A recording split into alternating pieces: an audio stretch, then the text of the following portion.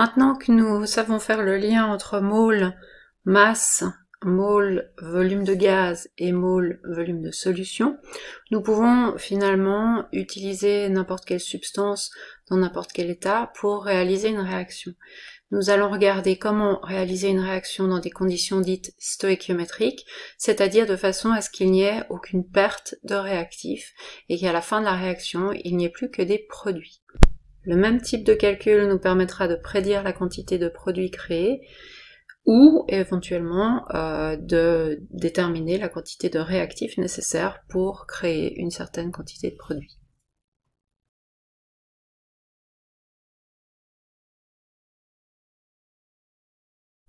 Nous avons vu jusqu'à maintenant comment relier différentes grandeurs au nombre de moles. En l'occurrence, nous avons vu par exemple que nous pouvons relier une masse à un nombre de moles. Ceci nous intéressera par exemple si nous avons affaire à une substance solide. Nous avons aussi vu comment relier un volume de gaz à un nombre de moles, ce qui nous intéressera si nous avons bien entendu affaire à un gaz. Et finalement, nous avons vu comment relier un volume de solution, c'est-à-dire une substance qui a été dissoute au nombre de moles qui sont dissoutes dans la part de solution qu'on va utiliser. Revenons maintenant aux équations de réaction que nous avons pu aborder l'année dernière.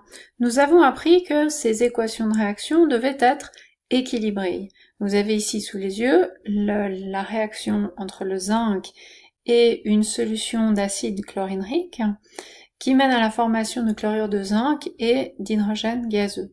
Cette équation a été équilibrée de façon à ce que rien ne se crée, rien ne se perde et tout se transforme, et les chiffres que nous avons devant les substances sont les coefficients stoïchiométriques. Ces coefficients stoïchiométriques sont importants dans le sens où ils vont nous donner la proportion de ces substances qu'il va falloir utiliser pour pouvoir faire la réaction.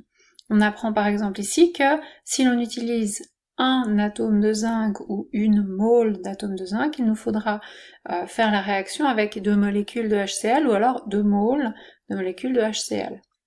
De même, si j'ai utilisé un atome de zinc au départ et 2 molécules de HCl, je vais créer alors une molécule de chlorure de zinc et une molécule d'hydrogène gazeux. Ces coefficients stoïchiométriques sont donc importants puisqu'ils nous disent dans quelle proportion il va falloir faire réagir les réactifs et dans quelle proportion vont être créés les produits. Toutefois, nous venons de le voir, nous parlerons rarement d'un nombre de moles de zinc au laboratoire, nous utiliserons plutôt une masse. Nous parlerons plus rarement également d'un nombre de moles d'une solution au laboratoire, nous parlerons de son volume, et pour les gaz également, nous parlerons de volume de gaz. Nous allons donc devoir appliquer la proportionnalité qui découle des coefficients stoïchiométriques sur le nombre de moles, et puis ensuite faire le lien avec les masses ou les volumes en fonction de si on a affaire à des solides, des liquides, enfin des solutions ou des gaz. Lors d'une réaction chimique, reprenons celle dont nous avons parlé tout à l'heure, nous avons affaire à plusieurs substances. Chaque substance se trouve, lors de cette réaction, dans un état physique donné. Il est intéressant de pouvoir avoir une vue globale et de représenter chacune des substances dans une colonne pour pouvoir réfléchir à chacune de ces substances lors de la réaction. Après, j'ai représenté ici toutes les possibilités de transformation à partir du nombre de moles pour chacune des substances, ce n'est pas très cohérent, simplement parce que si nous avons affaire à un solide, eh bien représenter un volume de gaz ou un volume de solution n'a clairement pas de sens. Nous n'aurons probablement non plus pas besoin de représenter le nombre d'atomes. Pourquoi ? Parce que ce n'est pas une échelle que nous utilisons au laboratoire. Donc nous pouvons représenter finalement uniquement le rapport entre n, le nombre de moles, qui nous intéresse parce que il est important au moment de la réalisation de la réaction pour les proportions dont nous avons parlé tout à l'heure, et puis la masse parce que nous avons affaire à un solide. Dans le cas de HCl, ici par exemple, HCl est aqueux, cela signifie qu'il est sous forme de solution, et ce qui va nous intéresser pour mesurer la quantité de HCl, c'est le volume de solution.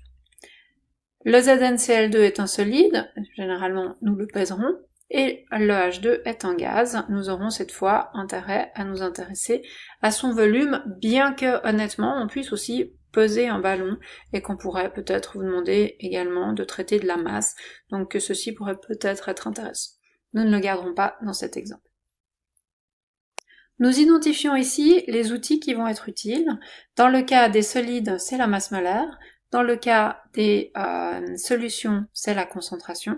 Et dans le cas des gaz, c'est le volume molaire. Il peut être intéressant de noter ces outils sous l'état de la matière, par exemple sous le zinc d'indiquer la masse molaire du zinc, sous le HCl d'indiquer la concentration de la solution, sous le ZnCl2 d'indiquer la masse molaire du chlorure de zinc, et sous le H2 de noter les 24,5 litres par mol du volume molaire.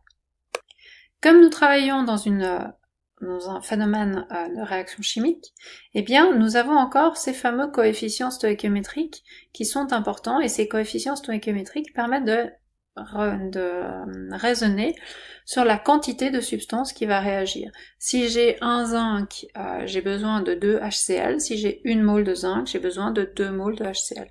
J'ai donc une proportion ici, et on peut représenter ces proportions. Pour pouvoir connaître le nombre de moles de zinc dont j'ai besoin, eh bien une fois que j'ai déterminé la quantité de zinc que j'ai réellement ici, je vais faire un rapport de 1 pour 2, c'est-à-dire que j'aurai besoin de 2 fois plus de moles de HCl. On peut poser ici une règle de 3. 1 zinc pour 2 HCl, moi j'ai tant de zinc, combien me faudra-t-il de HCl? La même chose ici, et puis vous voyez qu'on passe de colonne en colonne, mais en réalité on peut très bien passer de cette colonne par exemple à celle-ci, avec cette fois un rapport de 1 pour 1, sans aucun souci.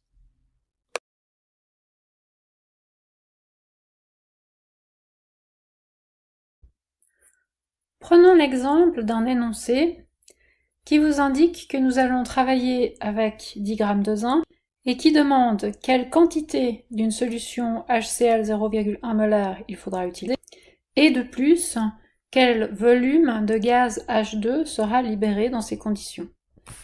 Nous pouvons, comme suggéré précédemment, donc représenter chacune des substances sous la forme d'une colonne, et puis indiquer les outils qui vont nous être nécessaires en fonction de l'état. Pour les états solides, nous allons indiquer la masse molaire. Pour les états gazeux, nous allons indiquer le volume molaire. Et pour les substances en solution, nous allons indiquer la concentration de la solution. Connaissant dans le cas du zinc tant la masse que la masse molaire, nous pouvons déterminer le nombre de moles. En l'occurrence, 10 g divisé par 65,38 g par mol est égal à 0,15 mol. Nous savons que nous avons une stoïchiométrie de 1 pour 2, c'est-à-dire que entre le zinc et le HCl, il faut 2 fois plus de HCl que de zinc. On peut le poser sous la forme d'une règle de 3. 1 pour 2, 0,15 combien? Ici, ça semble trivial. Lorsqu'on aura des coefficients stoïchiométriques différents, par exemple des rapports 2 pour 3, ce sera peut-être plus essentiel de le noter. Ici, il est évident que l'on doit doubler le nombre de moles, et nous aurons donc 0,3 moles. J'ai écrit 0,31 parce que dans ma calculatrice, je n'ai pas arrondi. J'arrondis ici à 2 chiffres significatifs, parce qu'on part du principe que 10 grammes, le 0 serait quand même significatif. Même si vous avez vu qu'en IDS, il faudrait barrer le 0 pour prouver qu'il soit réellement significatif. Nous savons donc maintenant que nous avons besoin de 0,31 mol de HCl et nous connaissons la concentration de cette solution qui est de 0,1 molaire, soit 0,1 mol par litre. Nous pouvons donc calculer le volume de solution qui sera nécessaire. 0,31 mol divisé par 0,1 mol par litre, eh bien nous trouvons qu'il faudrait 3,1 litres de HCl pour faire réagir tout le zinc. Reste encore à calculer quel volume de H2 serait créé. Pour cela, eh bien, nous pouvons passer directement du coefficient stoïchiométrique du zinc, dont nous savons que nous avons 0,15 mol, au coefficient stoïchiométrique du H2, dont nous savons que nous avons également 0,15 mol. C'est le même, nous avons un rapport de 1 pour 1. On peut traverser entre les colonnes et en déduire qu'il y aura 0,15 mol de H2 qui seront formés. Et comme nous savons que le volume molaire est de 24,5 litres par mol et que nous connaissons la quantité que nous avons, soit 0,15 mol, en multipliant 0,15 mol par 24,5 litres par mol, nous déterminons que nous créerons 3,7 litres d'hydrogène. Cette réaction s'est faite dans des quantités stoïchiométriques. À la fin de la réaction, il n'y a plus de zinc ni de HCl en solution. Tout a été consommé, il n'y a plus que du chlorure de zinc dont nous n'avons pas calculé la masse formée, mais nous pourrions le faire, et du gaz H2 qui a été libéré. Il est possible d'utiliser les réactions qui se passent dans des conditions stoïchiométriques pour déterminer la concentration d'une solution inconnue.